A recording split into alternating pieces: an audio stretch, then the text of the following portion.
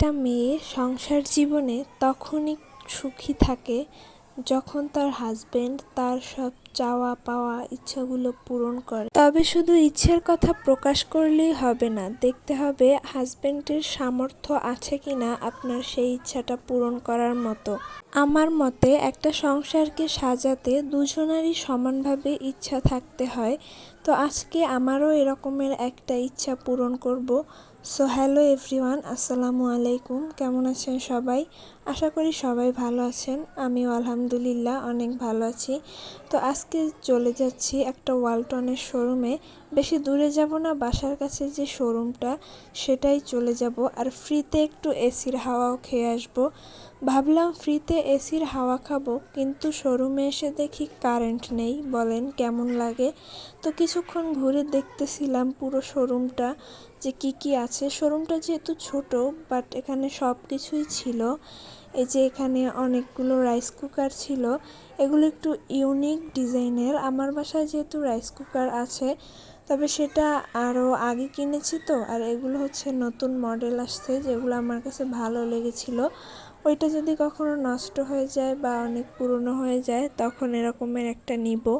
আর সব কিছু দেখতেছিলাম আর মনে মনে ভাবতেছিলাম যে আসলাম ফ্রিতে এসির হাওয়া খেতে, কিন্তু এসে দেখি কারেন্ট নেই। আসলে সব কিছু ভাগ্যের উপর ডিপেন্ড করে। যেই জিনিসটা আপনার ভাগ্যে থাকবে না, আপনি হাজার চেষ্টা করলেও কিন্তু সেই জিনিসটাকে পাবেন না।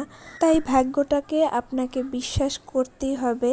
তো কথা বলতে বলতে আমি আমার শখের জিনিসটা কিন্তু কিনে ফেলেছি। ওদিকে ভাইয়েরা বিল রেডি করছে আর আমি ঘুরে দেখতেছিলাম টিভি, ওয়াশিং মেশিন এইগুলো। আমার বাসায় একটা টিভির দরকার। বাসায় টিভি নেই, আর মেয়েও যেহেতু বড় হচ্ছে, এরপর বাসায় টিভি না থাকলে তো এই ফোনের প্রতি আসক্ত হয়ে যাবে আর বাইরে যেতে যাবে। যার কারণে ভাবছি পরবর্তীতে একটা টিভি কিনে নিব। এবার আপাতত যেটা নিতে এসেছি সেটা নিয়েই যাই। আর এই তো আমি একটু ঘুরে ঘুরে দেখতেছিলাম পুরো শোরুমটা যেহেতু ছোট, কিন্তু তার ভিতরে সব কিছুই আছে আমি দেখতেছিলাম এর ভিতরে। আর নিজের ইচ্ছা পূরণ করতে কার না ভালো লাগে বলেন? এই তো অলরেডি ভাইয়াদের বিল করা শেষ, তারা কিন্তু বিলের কাগজ দিয়ে দিছে আমাদেরকে। তো আমরা বিল পে করে চলে আসছি বাসায়। আর বাইরে প্রচুর পরিমাণে গরম পড়েছিল, যার কারণে দুজন দুটো আইসক্রিম নিয়ে এসে সেটা খেয়েছি। এবার আমরা যে জিনিসটা কিনেছি সেটা আনপ্যাক করব।